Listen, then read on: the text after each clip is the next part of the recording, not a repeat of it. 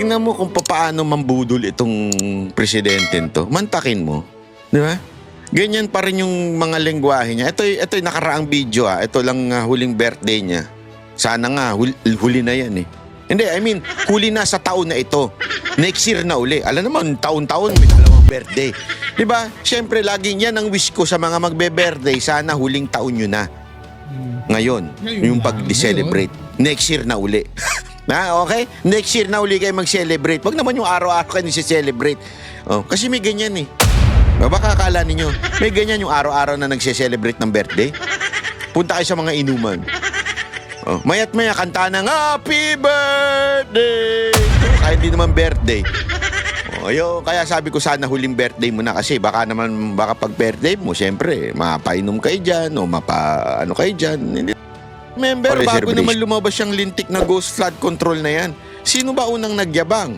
Di ba si Marcos? Sabi niya 5,500 na flood control. Palakpakan na may mga tarantado, di ba? Yung mga congressman, mga gunggong, no? Alam naman nilang ghost flood control, pero palakpakan pa rin sila. Tangina, inuuto nila si Marcos, no? Muntakin mo ganun nila ginagago yung presidente. Kasi deep inside them, alam nilang wala yung flood control na yun. Alam nilang ghost yun. Diba? Pero palakpak pa rin ng mga gago. Tanga-tanga ng presidente to. Ganun siguro nasa isip ng mga gago na yun, ano? Mantakin mo. Tapos yung susunod na zona, yun po ang mahiya naman kayo. Tangin na palakpak pa rin. Bias na mga hindi niya talaga alam kung sino may kasalanan. Opposition, tungkol po ito sa mga ating gago di ba? politician. Ang lupit ni Marcos ng time na yun. Ano nangyari kasi after the 5,500 announcement, kinabukasan, binaha. Di ba? Sunod-sunod yung baha na nangyari sa Pilipinas. To the point, kahit yung mga dati hindi na binabaha, ay binabaha na. At the same time, umambun lang, baha na. Ganun katindi, lumala. Ika nga, lumala. As in, siguro, sa aking tansya, hindi lang 3 times worse than before. Di ba? Yung tindi ng baha. Grabe po. Yun ang nangyari. Nung sinabi naman niyang mahiya kayo, nagbuo siya ng ICI. Wala rin nangyari. Mukha rin tanga. Bakit? Mismong mga membro nagre-resign. Mo? Alam mo yun, kahit anong power mo, kahit anong dami mong pera, tadhana na yung nagagalit sa iyo eh. Kaya huwag mong ginagago yung tao. Mantakin mo may utang sa mga membro. Yung sabihin, yung mga commissioner doon sa ICI, walang kapangyarihan, walang naniniwala. Kaya ngayon, medyo kumakabig sila, mga kababayan. Kumakabig sila. Pansinin niyo yung eksena, ha? Kumakabig sila. Gumagamit sila ng mga ibang diversion. Halimbawa na yan, ay itong ombudsman at saka DOJ. Ginagamit nila yan para kasuhan yung mga kalaban, mga prominenteng kalaban. Tatadta rin nila yan eh. Tatadta rin nila lahat ng kalaban kasuhan. Lahat ng big time. Yung sabihin ng big time, kilala. Halimbawa nga dyan, sila Senator Bong Revilla, di ba? Si VP Sara Duterte. Kakasuhan nila ng kakasuhan yan para si Bato, para talaga mapokus yung ng tao doon. Plunder, tinan mo ngayon, plunder case ikakaso kay VP Sara Duterte. Aside from yung focus ng tao mapunta doon, ang talagang gusto nila mangyari, ma-disqualify siya. Remember, hawak ng ombudsman yan. Sino ba yung ombudsman? The ombudsman was appointed because of the principle of Bendalo. Literally, Bendalo. Bakit? Tandaan ninyo, merong pending case si Remulla bago siya na-appoint as ombudsman, which is bawal na bawal yun. Tapos ang daming conflict of interest. Alam naman po natin ng pamilya Remulla. Kaya talagang, alam mo, kahit baliin nila, i-bend nila, yung law, maloloko talaga sila. Magkakaloko-loko sila. Bakit? Kasi if you can bend the law here on earth, you cannot in heaven. Tandaan niyo yan. Sabi nga, di ba, alam mo yung sa ito, malinaw ho ito. Ito yung life lesson. Hindi lamang po sa gobyerno, pati sa buhay natin. Naalala niyo yung the Lord's Prayer. Di ba meron nakalagay doon na Thy kingdom come, Thy will be done on earth as it is in heaven.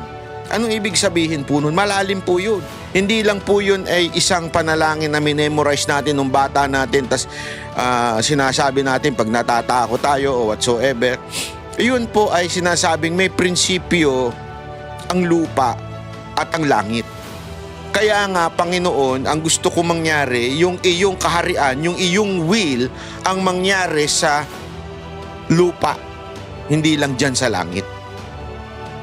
Yun yung hinihingi mo pag nananalangin ka. Dapat pati yung kagustuhan mo dito sa lupa ay mangyari. Ano ibig sabihin? Simple-simple. You can bend all the law in the land. You can do anything in the land. Siyempre, pag may pera ka, kaya mong lusutan yan. But you cannot bend the law of God. Ano yun? Pag ikaw nandihado ng kapwa, may balik sa'yo yan. Pag ikaw gumawa ng kabutihan sa'yo, may balik din sa'yo. Kabutihan sa kapwa, may balik din sa'yo yan. Di ba? So ano man ang gawin mo sa kapwa mo ay babalik sa'yo. Yan ay isang katotohanan, no? Isang batas na hindi mo pwedeng baliin. Baliin nyo man ang lahat ng batas, ng requirement ng pagiging ombudsman, hindi nyo mababali yan. Ibig sabihin, manarantado ka, and maybe now, dahil you are in power, nananalo ka. But eventually, all secret will be revealed. Lahat po. Kaya nga ngayon, kita ninyo, yung sikretong ghost control project, lumalabas na. Di ba? Nakikita nyo yan. Sabi ko nga sa inyo, ako mismo naka-experience niyan. Bakit kanyo? Nung tayo ay bumatikos kay Zaldico, naalala nyo?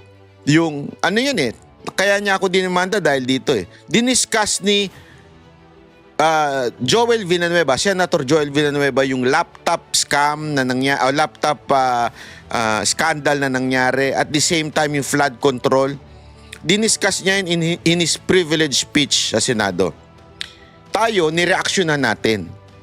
Sinasabi natin na, hoy, Zaldico, panagutan mo to, sagutin mo yung sinasabi ni akusasyon ni Villanueva, sagutin mo ito, totoo ba ito? Alam mo ginawa nung mama? Kinasuhan ako, pinahirapan ako. Kasi ganun naman ang purpose nila Kahit walang kwenta yung kaso, pahihirapan ka lang nila. Diba? Ganyan sila kagago Pahihirapan ka, so kinasuhan ako. Kinasuhan ako doon sa kanyang probinsya para magastos para sa akin, magastos para sa abogado ko, at mahirapan ako. Yan ang kanyang purpose. But, So yan po no. Magandang araw mga correction by. Ito po pinapanood po natin si Banat Bay naman po no. Ito po ay dinidiscuss niya po ang tungkol sa kanyang pagkakademanda at nangyari sa mga flood control na palakpakan pa rin yung mga anong tawag dyan, yung mga buhaya sa House of Representatives, no? Ayan. So palakpakan pa rin, ganun daw yung mga buhaya, yung pag-announce yan, yung mga flood control nung nag-SONA, no? Diba? Totoo naman ho yun. Yun yung mga binanggit po ni Banat Bay. Ngayon po, napagtanto ko, nadimanda rin pala ni Zaldico. Yan. Narinig ko rin yan yung kay tawag dyan si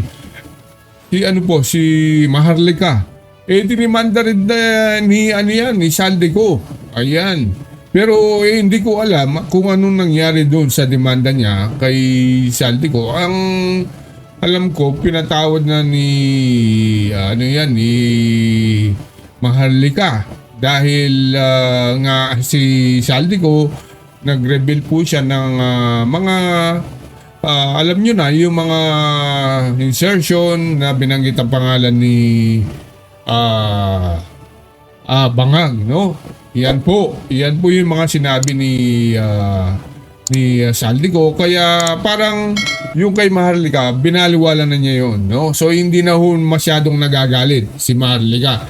Ewan ko lang kay eto po si Banat Bay, siguro dahil pinahirapan talaga eh. Kung hindi demanda ka nga sa parting Bicol, di doon ka pupunta ka pa doon. Di talaga pahirapan, no? Kung ikaw nasa Maynila, iikot ka pa papuntang Bicol. Naku, grabe. Talagang pahirapan yan, no? So, dito ko po napagtanto, bakit po yung panahon po ni Saldico, di ba? Bakit yung panahon niya, kasagsagan po yan na malakas po sila noon, hindi pa wala pang nabibistong flood control, kaya malakas pa po sila magdemanda. Napagtantot ko lang, no, diyan ko lang napagtanto, no, pag sina BP Sara, sila pong inaakusahan o allegedly o sino man dyan, mga kaliwa o mga talyanista, di ba? Ang daming nag-aakusa sa kanya, pero hindi niya dinidemanda. Oh, di ba? Ganyan po sina mga Duterte. Ang maliban lang diyan talaga si Trillanes. At dyan po papasok din natin si Trillanes. Papasok din ni Banat Bay kung ano nangyari at kung paano niya ang tawag dyan yung tinawag po ni Banat Bay na si Trillanes ay operator ng fake news, no? Iyan. So nakakapagtaka, no, di ba? Bakit ganun ba talaga kabait ang mga Duterte? Kahit tirahin mo ng tirahin. Palagay ko kaya siguro yung mga tawag doon, yung mga lumalaban sa kanila na talagang sabi siguro kaya natin mga to kasi hindi po sila pumapalag eh. Hindi sila nagdidemanda kahit anong lalabanan nga nila. Hindi ka buka ng mga dating kagaya ni Saldico, talagang dinidemanda ka, no? Yun po ang mga kaya kagaya ni Risa, di ba? Nabanggit lang ni Katunying na may insertion, biglang sabi didemanda, di ba? Ganun lang kasimple. Pag si Sara Duterte, sasabihin mo may insertion, hindi ka gaganunin, di ba? Palakpakan naman dyan, no? Yan. So, yan po natin nare-realize kung gaano po kaayos po o talagang kung baga siya ay nagtatrabaho si BP Sara para sa mga Pilipino talaga. Hindi niya iniisip kung ano yung ikakasama, no? So, yun lang po yung nasa opinion ko. Talagang siya po ay lumalaban. Talagang nagsasakripisyo sila ang mga Duterte sa mga mamamayang Pilipino, no? So, by the way bago natin direkta uli tayo dito kay Sir Banat Bay, huwag niyong kalimutang mag-like, subscribe at i-on nyo na rin po ang notification bell. Lo and behold, because tayo'y nanindigan lang doon sa katotohanan. Now, kitang-kita nyo yung nangyayari sa kanya, mga kababayan. Nakikita nyo? Nakikita nyo? Ngayon, tinanggalan na siya ng passport. Mamaya, ibabalita natin yan. Tinanggalan na siya passport at hinahunting na siya ngayon. Siya na ang nawawaran. Yung inisip niyang ako ay makulong at mawaran, siya ang nawaran. Kasi nga mga kababayan, ito hindi pagyayabang, hindi ho ito pagmamalaki. Ha? Ang lagi ko lamang po sinasabi kasi, pag ikaw gumawa ka ng mali sa kapwa mo, nandiado ka ng kapwa mo, may balik sa iyan. Tandaan mo, may balik lagi sa iyan. Ganyan ang ginagawa ngayon kay BP Sara Duterte. Okay, go. I-push nyo yan ng i-push.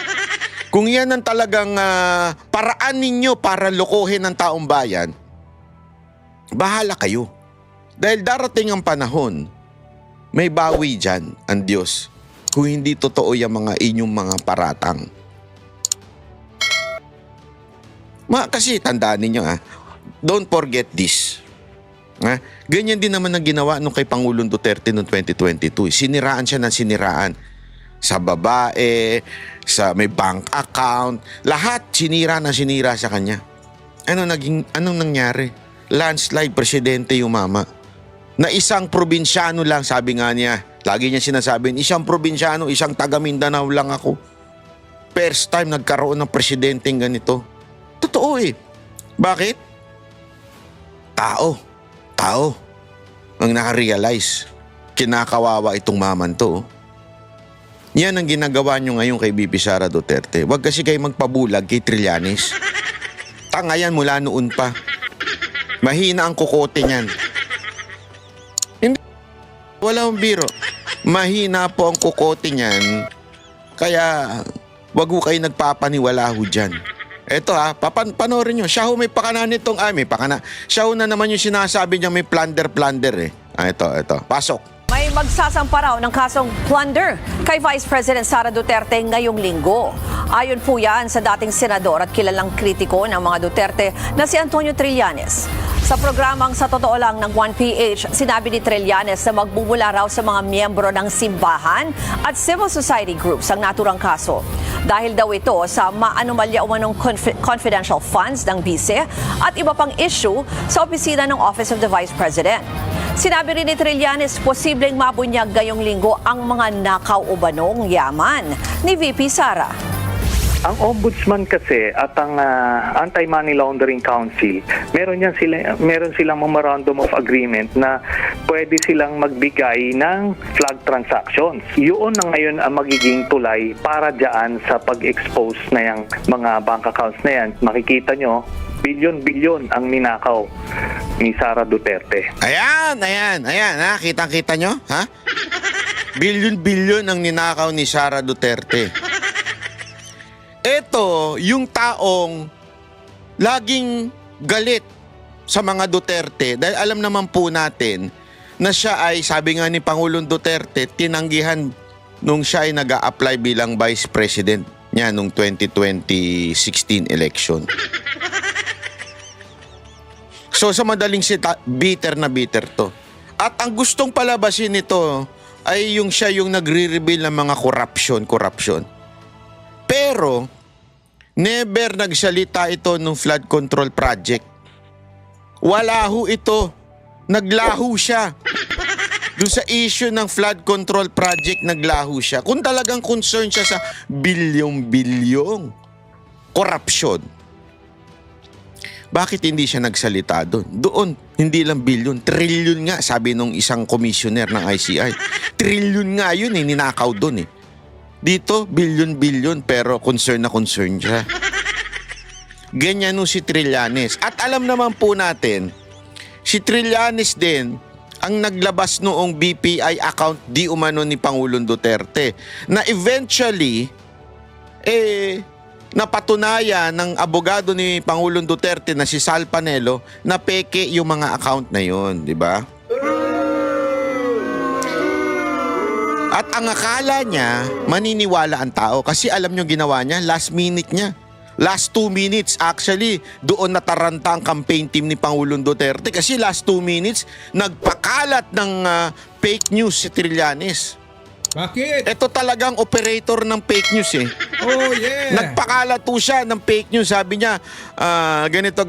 Wala nang time para sumagot. Buti na lang nakausap ni Sal Panelo ang BPI. Kasi yun yung BPI account At last minute, nahabol na ilabas sa taong bayan na peke ang bank account na sinasabi ni Trillanes. At take note, ladies and gentlemen, hindi lumabas sa media yan.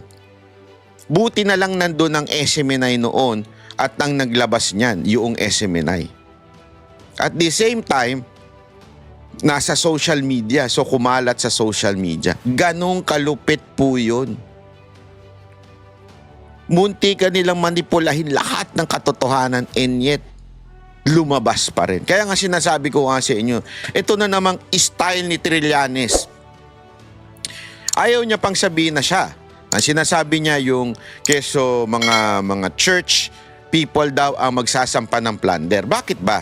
Ano bang meron dito sa plunder? Kasi pag ito nahatulan na guilty ng Sandigang Bayan o yung korte na didinig sa kaso na to, ay maaari pong sabihin nila na hindi na pwedeng tumakbo si Vice President. Matatanggal siya sa posisyon at ewan ko kung matatanggal siya sa posisyon na kasi ang alam ko impeachment lang makakatanggal sa kanya. Pero yung guilty na iaano ng ay maaring hindi na po siya makakatakbo bilang Vice President kung sakasakali. Pero alam niyo, hindi naman po atat na atat si VP Sara Duterte. May balita nga kami. Ayaw niya talagang tumakbo ng 2028. Sabi niya, tatapusin na lang niya talaga yung term niya, tas ayaw niya. Alam naman po natin si VP Sara Duterte, pagka nagsalita yan, hindi yan yung buladas eh. Pag sinabi niya, sinabi niya. Pero alam mo, I think, destiny is destiny. Kasi, hindi naman negosyante yan o kung ano man eh. So doon lang po yan sa gobyerno. Hawa. Mga kapatid, Ruth Cabalco para sa So yun po, no, narinig po natin ang mga pahayag ni Sir Banat Bay, no? Baka naman dyan, Banat Bay, yung sombrero natin, yung cap mo na nakasuot, baka naman pwedeng akin na lang. Palit tayo, gusto mo. Joke lang, no? Hindi. Ito po, nabanggit nga ni Sir Banat Bay na sabi niya, hindi na raw tatakbo si Vice President Sara Duterte bilang pagkapangulo. Anyway, kahit na hindi tatakbo, ano ko pa rin yan, promote ko pa rin para sa presidente. Kahit na hindi tatakbo, malay mo, magbago pa ang isip, no? So anyway, tama nga naman, kung hindi siya tatakbo, wala naman problema yun kasi ang balita ko po talaga pag hindi daw tumakbo si Sara Duterte na pinag-usapan ng mga Duterte, kung hindi daw sila tatakbo, ang papalit bong bilang tatakbo dyan ang balita ko si Robin Hood. Ngayon po, yan po ang ipopromote naman natin kung sakali po, no? Kasi alam nyo naman po, paiba-iba yung panahon. Kasi po nga, ang daming mga, alam nyo naman po, siguro, nakakapag-isip na rin si Vice President Sara sa nangyayari na sobrang laki na ng utang ng ating bansa, no? Hindi niya siguro baka kayanin na baka yung problema, no, na maiiwan nitong problema ng bansang ito, no, dahil nga sobrang laki, dahil nga unang-una yung mga makakaliwa dahil diyan, no, alam niyo naman makakaliwa, lalo na si Vice President Sara, pag siya pong naupo, against po yan sa mga NPA talaga. So kung yan ay bubuwagin at siyempre pag siya po ang naging presidente, siyempre tahimik na naman ang ating bansa. Yun lang, no? At dito po nabanggit niya rin ni Sir Banat Bay, no? Itong trillion, ay hindi, trillianes, no? Na siya daw ay operator ng fake news. Totoo naman siguro dahil nga yung sinasabing tao dyan, yung mga kagaya ng bank account, di yung na sinerge po ni Attorney Panelo na hindi talaga totoo yung sinasabing billion na account ni Tatay Digong, no? So, siya po mismo nagpapakalat ng mga fake news, di ba? So, yun po ang sinasabi ni Sir Banat Bay. So, anyway, tutuloy pa ho natin ng konti. Tingnan natin kung ano pa yung mga tungkol po ito sa mga nangyayari naman sa ating bansa, no? So bago po ang lahat, huwag niyo po kalimutang mag-subscribe, mag-like at mag-share sa ating munting channel. Sa lahat po ng ating subscriber, so maraming salamat po. So ito, diretso na ho tayo, ha? Po, yun po yung balita na kakasuhan si BP Sara Duterte. Nako, grabe, no? Ang lupit talaga. Alam nyo kung bakit nilabas yan ngayon? Hindi, alam nyo kung bakit nilabas yan. Kasi may bagong balita ngayong araw na ito na hindi lumabas sa ibang malalaking channel. Ito po, ha? Pakita ko sa inyo. Ito. Samantala, tumaas sa higit 2 milyon ang bilang ng mga Pilipinong walang trabaho o kabuhayan noong Oktubre 2025. Ito ay batay sa pinakabagong labor force. Grabe, oh. 1.9, 2. Naku, pataas ng pataas talaga, oh. Naku po. Hayop yan, no? Survey ng Philippine Statistics Authority o PSA. Ayon kay PSA Chief at National Statistician Claire Dennis Mapa, na umabot sa 2.54 million ang bilang ng mga Bukas si Santi ka na animal ka, ba't mo nilabas? Sasabihin ng Malacanang. May tatawag sa'yo, hello? Bakit mo nilabas yan? Sino may nagsabi sa'yong ilabas mo yung statistic na yan? Lloyd na edad 15 taong gulang pataas. Mas mataas ito kumpara sa 1.96 million noong September 2025 at gayon din sa 1.97 million noong October 2024. Anya mula sa kabuang 51.16 milyong lumahok sa labor force na aktibong naghahanap ng trabaho, ang naturang bilang ng mga walang trabaho ay katumbas ng 5% unemployment rate. Grabe, no? Grabe. Ang tindi nito. Ito ay mas mataas sa 3.8% na naitala noong September 2025. Nagpapatuloy ang pagsusuri ng PSA sa kalagayan ng employment situation sa bansa upang matukoy ang mga sektor na may pinakamalaking pagbaba sa trabaho at mga maaaring pagkunan ng recovery sa mga susunod na buwan. Alam nyo mga kababayan, ha? Ito po ay matindi. Matindi po ito dahil alam nyo, sabi nga nung iba, kasi meron akong isang empleyado. Walang biro ito. Nanakawan. Ayun, na-snatch ng kwintas. Tapos, meron pa ako isang kaibigan, ganun din. Nanakawan naman ng bag. Sabi nga nung isa kong kaibigang uniform personnel, sabi niya, dahil ito sa magpapasko, tapos marami rin talaga ngayong walang trabaho. Saan pa ba pupunta yung mga walang trabaho na yan, di ba? Saan pa ba pupunta yung walang trabaho na yan? Kasi, anong gagawin yan?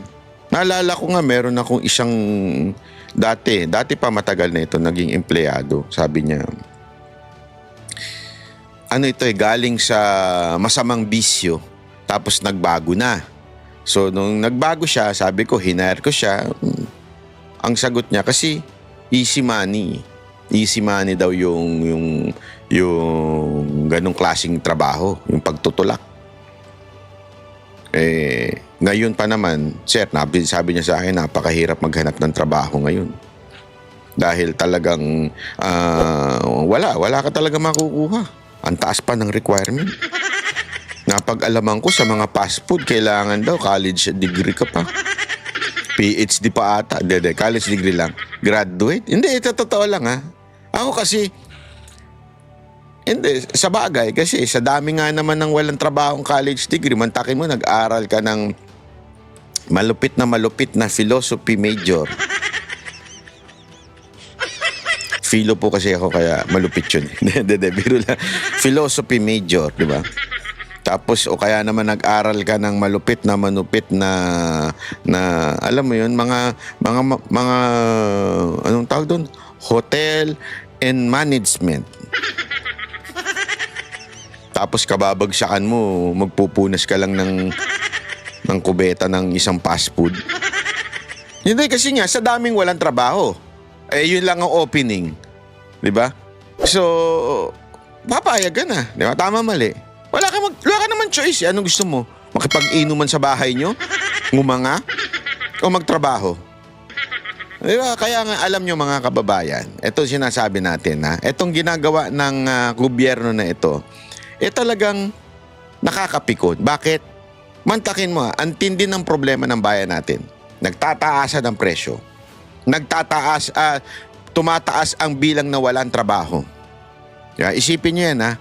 Tapos, ang focus pa ng gobyerno, si VP Sara Duterte. Saan ka nakakita?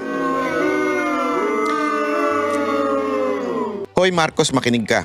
Makinig ka sa akin. Makinig ka sa akin, ha? Hoy Marcos. Ha? Hoy, kung ako sa'yo, kesa nasiraan mo ng siraan ng kalaban mo para tumaas ang ratings mo, alam mo gawin mo? Magtrabaho ka na maayos. Padamihin mo trabaho ng mga Pilipino. Pababain mo ang presyo ng bilihin. Magkaroon ka ng positive na, alam mo yun, na result sa gobyerno. Tataas ang ratings mo. Pero yung akala mong paninira ninyo sa mga kalaban nyo sa politika, itataas kayo. Hindi mangyayari yun. Kahit ma-disqualify nyo pa si VP Sara Duterte, hindi pa rin mangyayari na iboboto kayo ng taong bayan. Wala nang naniniwala sa'yo. Siguro mga 1% na lang ang naniniwala sa'yo. Yan ang totoo. Mga 1% na lang ang naniniwala sa pamamahala mo. Yan ang totoo. Kahit sinong itanungin mo sa karsada masaya kayo ngayon? Kesa nung last administration? Ang sasagot nila ay gusto na nila ng pagbabago. Wala pang kakakalhating taon pa lang. Wala pang pang-4 na taon o pang-5 taon. Gusto ka na nilang isuka. Yan ang totoo. Tapos, eto pa matindi. Bobolahin mo pa yung mga tao. Bubudulin mo pa. Hindi, walang biro. Tingnan nyo kung gaano niya budulin yung mga tao, Nung birthday niya, ano ang kanyang Christmas birthday wish? Hey sir, maybe no po sir kung ano yung wish ninyo sa gitna ng mga isyong kinakaharap ninyo ngayon. Hindi naman nagbabago yung mga birthday wish ko mula nung simula hanggang ngayon na naging pangulo ko. Ano? Dumami ang ano?